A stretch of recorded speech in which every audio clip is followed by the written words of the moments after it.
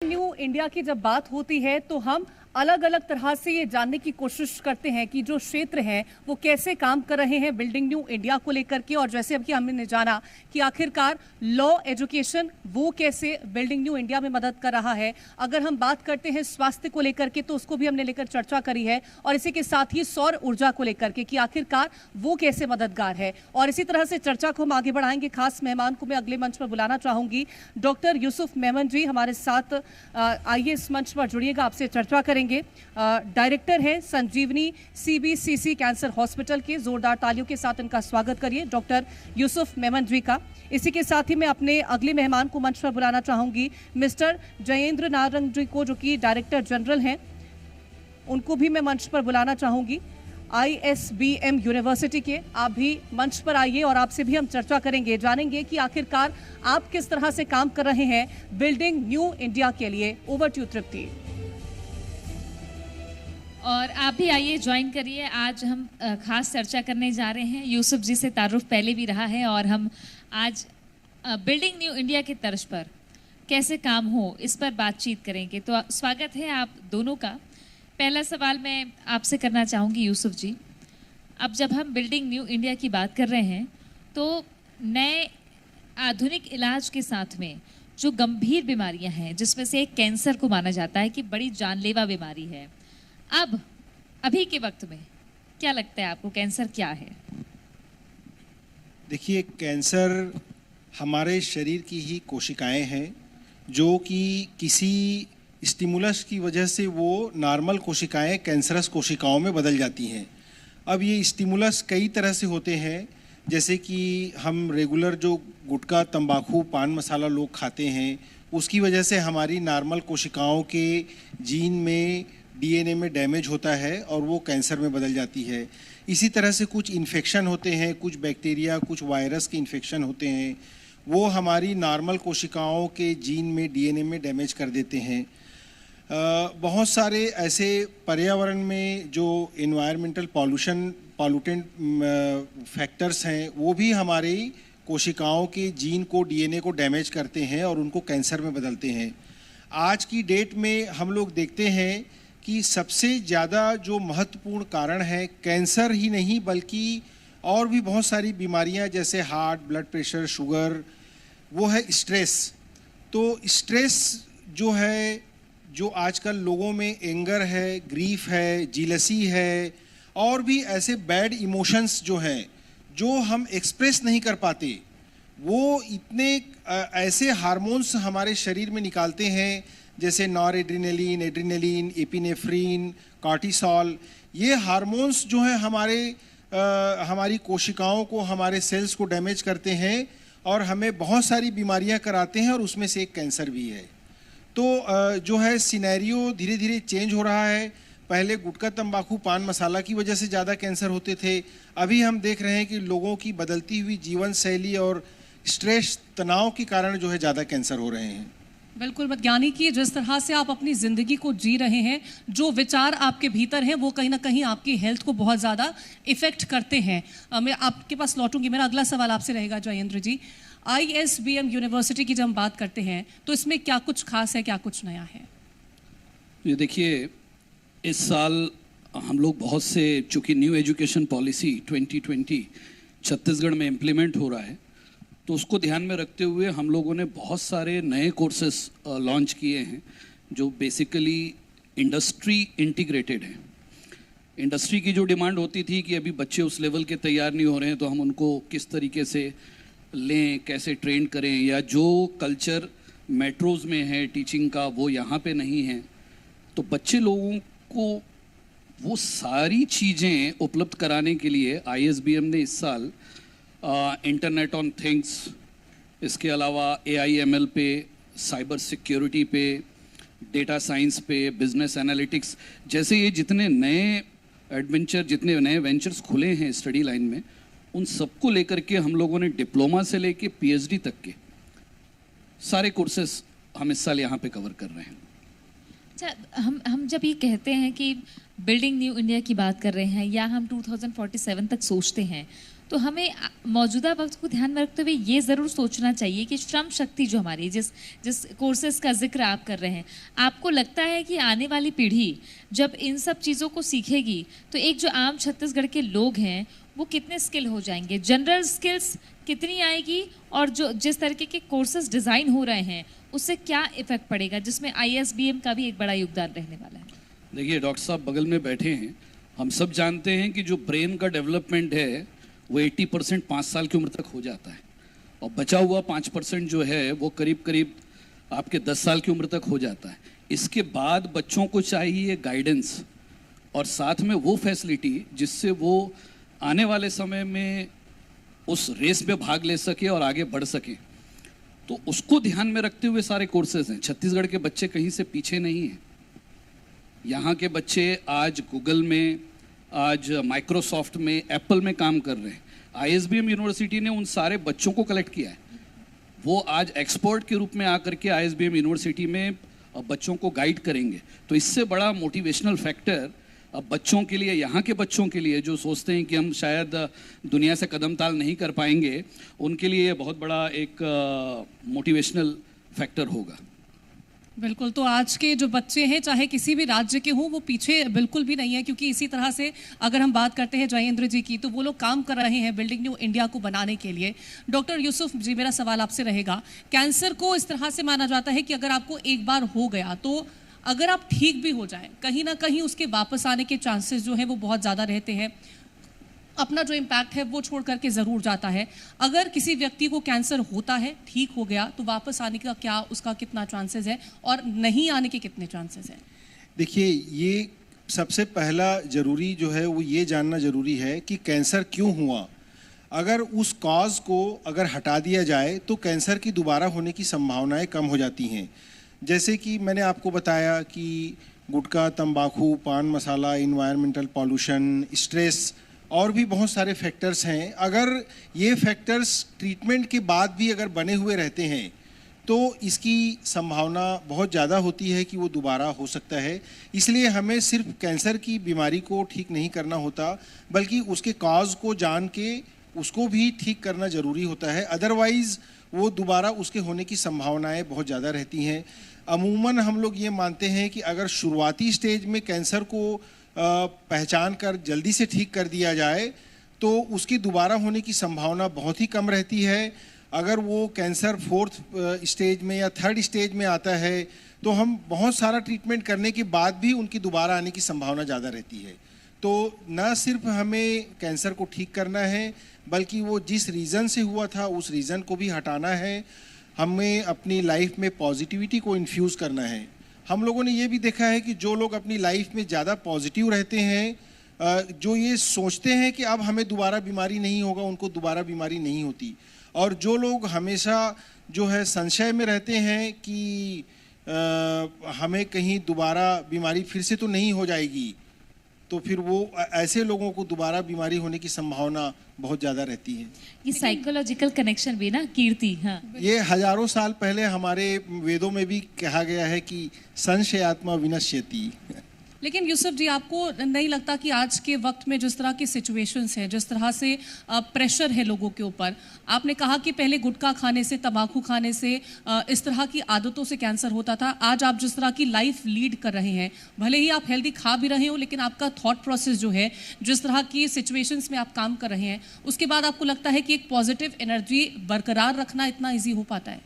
देखिए, बहुत आसान है ये। अगर हम अपनी लाइफ स्टाइल को चेंज करें, हम योगा, प्राणायाम, वो सब हमारे यहाँ ही हजारों साल पहले से बताया गया है कि हम योगा, प्राणायाम, रेगुलर एक्सरसाइज, हमारे फूड हैबिट को हम जैसे सात्विक भारतीय खाना हम खाते हैं, बहुत अधिक मसाला नहीं, कभी हफ्ते में एक आध बार आपने खा ली, बात अलग है, लेकिन अगर आप रोज़ ही ऐसा खाते हैं खाना, तो इस तरह की चीज़ों का अगर हम ध्यान रखते हैं तो हम अपने शरीर को रोज़ डिटॉक्सिफाई कर सकते हैं।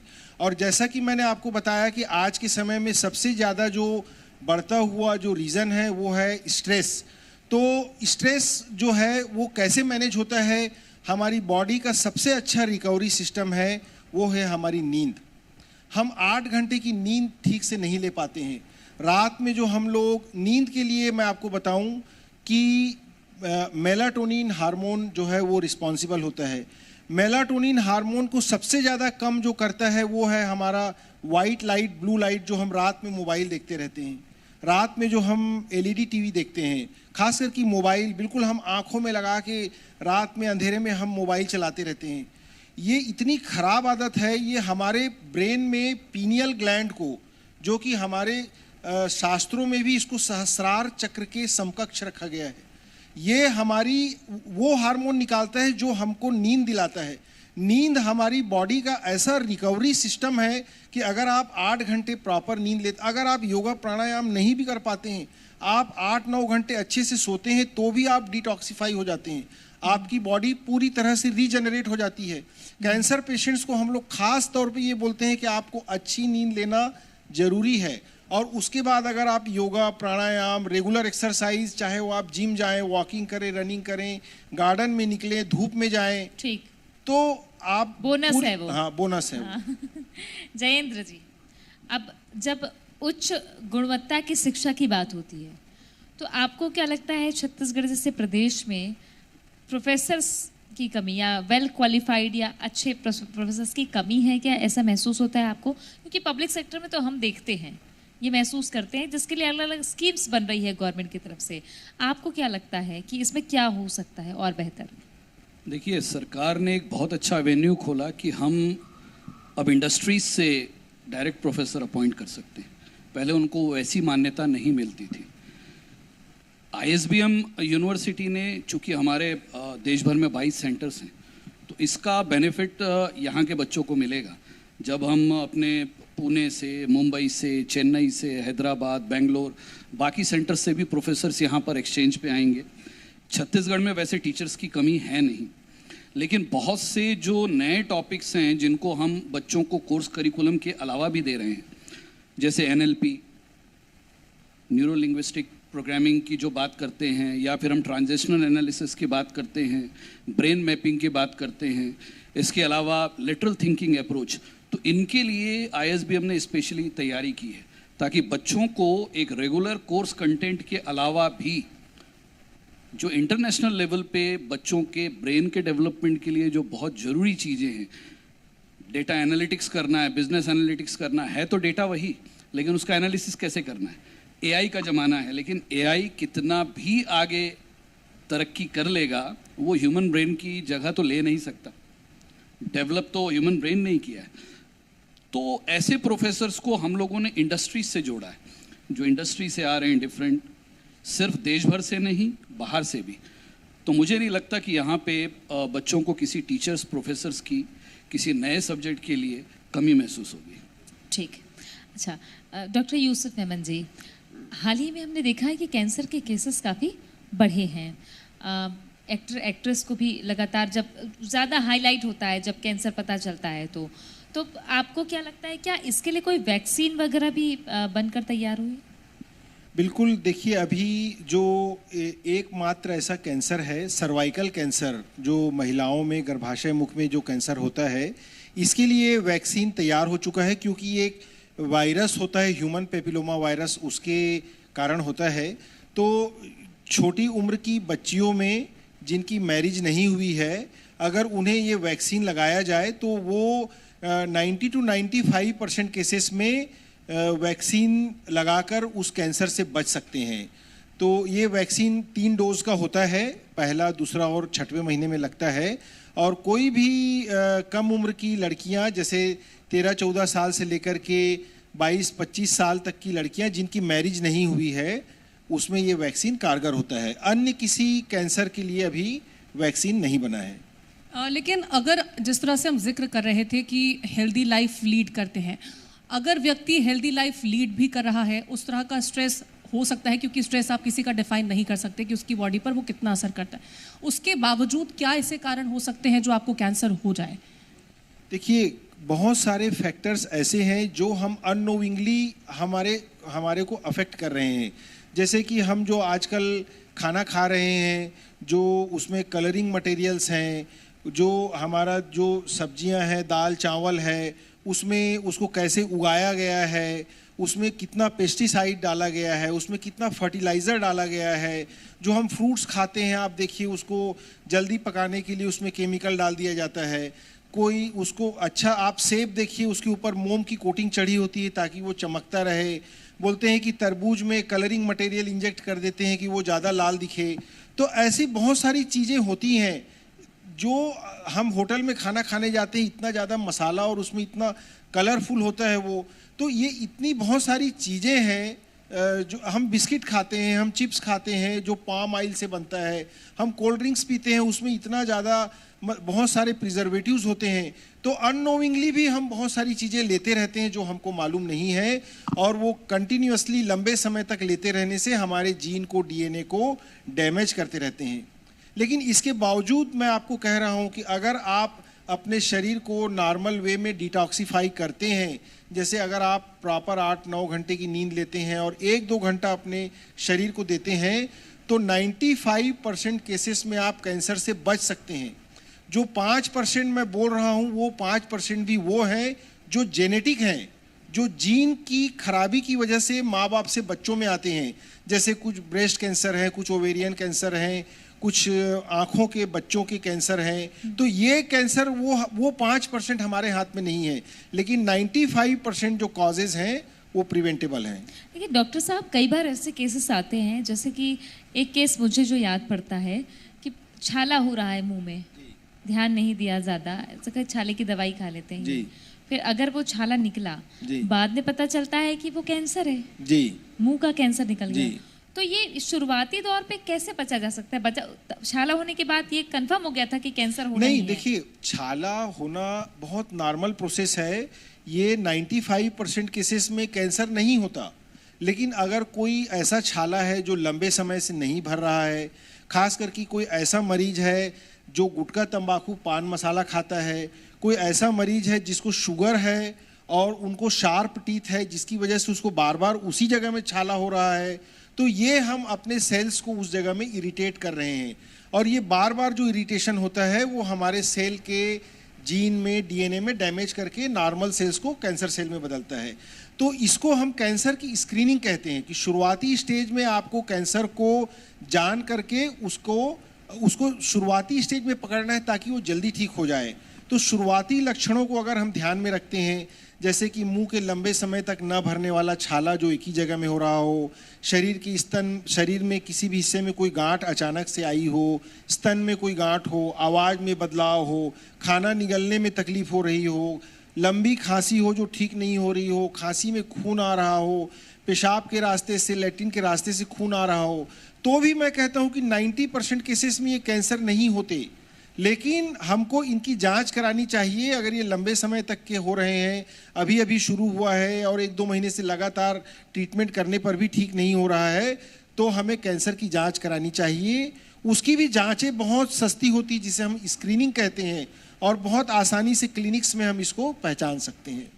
डॉक्टर यूसुफ जी, अगर हम कैंसर से अलग हट करके बात करें और कोरोना के बाद की बात करें, कई ऐसे केसेस आए हैं जहां पर एक बहुत ही छोटा बच्चा है, बहुत एल्डरली आदमी भी है, कोई भी है, व्यक्ति है, महिला है, अचानक से वो कोलैप्स होता है और उसके बाद वो डेड बता दिया जाता है। इसको लेकर के क्या अभी तक कोई स्टडी सामने आई है? इसके पीछे की वजह क्या है? क्या इसको लेकर के अभी तक कोई चीज़ें सामने आ पाई हैं?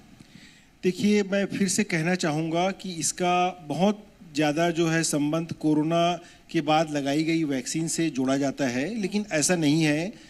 कोरोना का सबसे पहला जो वैक्सीन है वो हम सभी हेल्थ केयर वर्कर्स को ही लगा था, और मैं देखता हूँ कि हमारे हॉस्पिटल में ही 400 एम्प्लॉई हैं, कभी किसी को कोई साइड इफ़ेक्ट नहीं हुआ, 5 साल हो चुके हैं। लेकिन ये बात ज़रूर है कि ऐसे जो केसेस हैं सामने आ रहे हैं, खासकर कि लोग जो हैं जिम में आजकल हम देख रहे हैं कि बहुत कोलैप्स हो रहे हैं, खास करके यंगर पॉपुलेशन।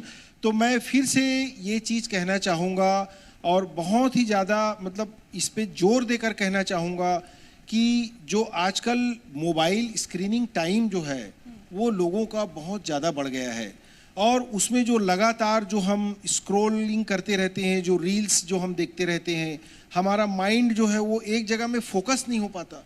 हर 5 से 7 सेकंड में सर यहाँ स्टूडेंट्स को देखते हैं वो ज़्यादा अच्छे से इस बारे में बता सकते हैं कि लोगों का जो है, बच्चों का फोकस भी जो है आजकल जो है पहले के जैसा नहीं रहा। उसका रीज़न ये है कि हर 5 सेकंड में एक रील चेंज होता है और वो फोकस जो है, या मतलब आज हम जो त्राटक जो करते थे हम, या हम जो ध्यान करते थे, वो चीज़ें हो ही नहीं रही हैं। और इसके कारण हमारे बॉडी में हार्मोन्स का ऐसा सर्ज होता है जो हमारे पूरे सिस्टम्स को जो है ख़राब करता है। तो ये जो सिस्टम को ख़राब करता है, ये मतलब न सिर्फ हार्मोनल प्रॉब्लम्स जो हुआ है वो बोलते हैं, बल्कि लॉन्ग टर्म में ये हमारे हार्ट को, हमारे खून की नसों को, हमारे जो नर्व्स हैं, वेसल्स हैं, आर्टरीज हैं, वेन्स हैं, हमारे जितने भी आर्गन हैं सभी को अफेक्ट करता है ये। और थोड़ा सा भी जो कोई ऐसा स्ट्रेसफुल सिचुएशन आता है तो बॉडी उसको कोप अप नहीं कर पाता। हाँ। कोपिंग कैपेसिटी जो है लोगों की एकदम कम हो गई है। अब जब बात हो रही है कि अब हमको उस तरीके से दोबारा पहुंचना पड़ेगा, ताकि वो टेक्नोलॉजी भी कितना नुकसान करती है। जयेंद्र जी, आपसे समझना चाहूँ, क्योंकि आप स्टूडेंट्स के बीच में रहते हैं, तो टेक्नोलॉजी का अपना एक अच्छा एडवांटेज भी है, दूसरा डिसएडवांटेज भी है, तो आप क्या मैसेज देंगे? दूसरी बात ये कि जब हम बिल्डिंग न्यू इंडिया की बात कर रहे हैं और छत्तीसगढ़ जैसे स्टेट में बैठ के बात कर रहे हैं, तो ये एक थॉट प्रोसेस होना चाहिए आपकी तरफ से भी, लंबे वक्त से आप जुड़े हैं तो, कि सरकार को, चूँकि एक बड़ी बॉडी है सरकार, तो सरकार को आप सुझाव क्या देंगे कि कैसे आप कदम ताल करके छत्तीसगढ़ के विकास के लिए काम करना चाहते हैं? जी देखिए, हम लोग डील करते हैं blood of the society students के साथ। स्टूडेंट्स को किस तरीके से हम ट्रीट करेंगे, गाइड करेंगे, डेवलप करेंगे, वो जा कर के वो सोसाइटी को बनाते हैं आगे जा कर के। टेक्नोलॉजी के दोनों हैं, प्लस माइनस दोनों हैं, बट टेक्नोलॉजी आई क्यों? क्योंकि हमको एक एडवांसमेंट चाहिए था अपनी लाइफस्टाइल में। अभी जो सर कह रहे थे कि रील, यानी वो सो उठ करके पहले हम गुड मॉर्निंग करते हैं, मोबाइल चेक कर रहे हैं रात तक, इसका सबसे ज़्यादा जो दुष्प्रभाव पड़ा है वो बायोलॉजिकल क्लॉक डिस्टर्ब हो गया है। और आधे से ज़्यादा जो यूथ की बीमारी है उसकी जड़ ये बायोलॉजिकल क्लॉक का डिस्टर्बेंस है। तो हम लोग तो अपनी तरफ से बच्चों को वो गाइड करते हैं कि भाई कब क्या ज़रूरी है, उनको पता होना बहुत ज़रूरी है। दूसरा, हम लोग अपने यूनिवर्सिटी में सर जो बात कर रहे थे, चाहे वो योग की बात हो, चाहे उनके दिनचर्या की बात हो, एक हम लाइफस्टाइल सिखाने का प्रयास करते हैं बच्चों को कि कब टेक्नोलॉजी की ज़रूरत है और कहाँ टेक्नोलॉजी की ज़रूरत नहीं है, कहाँ बड़ों का सानिध्य की ज़रूरत है, उनकी बात सुनने की ज़रूरत है, और कहाँ टेक्नोलॉजिकल अपग्रेडेशन की ज़रूरत है। तो हम लोग अपनी यूनिवर्सिटी में ये प्रयास कर रहे हैं और यहाँ बाकी यूनिवर्सिटी में भी ये प्रयास चल रहा है। तो टीचर्स अपनी जिम्मेदारी को समझते हैं, उस पर गाइड भी कर रहे हैं बच्चों को। सरकार से हम लोग तो यही चाह रहे हैं, इस साल तो NEP लागू हो रहा है, इसके बारे में जागरूकता अभियान थोड़ा सा चलाया जाए कि क्रेडिट ट्रांसफ़र क्या है, नए NEP में क्या नया है, किस तरीके से हमारे सेमेस्टर सिस्टम होंगे, या हम सेमेस्टर बोल के ट्राइमेस्टर में तो नहीं जा रहे हैं, क्योंकि पहले सेमेस्टर बोलते थे तो वो 3 महीने में ही होता था। अब नया क्या बोलेंगे जो पासिंग मार्क्स 40 हो गए हैं उस पे? जी, क्या कहेंगे? उसमें अलग अलग क्राइटेरिया है अलग अलग कोर्सेज के लिए। हालांकि 40% एक पढ़ने वाले बच्चे के लिए तो बहुत इजी है। अभी सबसे बड़ा जो टास्क है वो बच्चों को यूनिवर्सिटी, कॉलेज यानी क्लासेस तक लाने का है। कोरोना के समय से बच्चों की जो क्लास जाने की हैबिट ख़त्म हुई है, आज भी मैक्सिमम बच्चे कहीं ना कहीं ये डिमांड करते हैं कि सर हम लोगों को नॉन अटेंडी क्लासेस हो सकती हैं क्या, ऑनलाइन क्लासेस हो सकते हैं क्या। तो बच्चों का वो पेशेंस ख़त्म हो गया है, क्लास में बैठना और बैठ करके ध्यान से, यानी चौक और टॉक की जगह तो कोई ले नहीं सकता। बुक्स तो पहले भी अवेलेबल थी, टेक्नोलॉजी पहले भी अवेलेबल थी, लेकिन उसकी जगह कोई नहीं ले सकता। बच्चों के लिए ये अवेयरनेस लाना बहुत ज़रूरी है। बिल्कुल, और ये अवेयरनेस आनी चाहिए। अगर नई शिक्षा नीति की बात हो रही है तो इसे सबसे पहले तो बहुत अच्छे से समझना बहुत ज़रूरी है। साथ ही यूसुफ मेनन जी ने भी बताया कि परे हटकर, कैंसर से परे हटकर भी, कि आज हमको उस वक्त पर सोचने की आवश्यकता है कि हमारा ज़्यादा वक्त मोबाइल पे या स्क्रीन टाइम पे ना जाए, तो गंभीर बीमारियां आपको न्योता दे सकती है, खटखटा सकती है दरवाज़ा। बहरहाल बहुत शुक्रिया आप दोनों का हमारे साथ जुड़ने के लिए।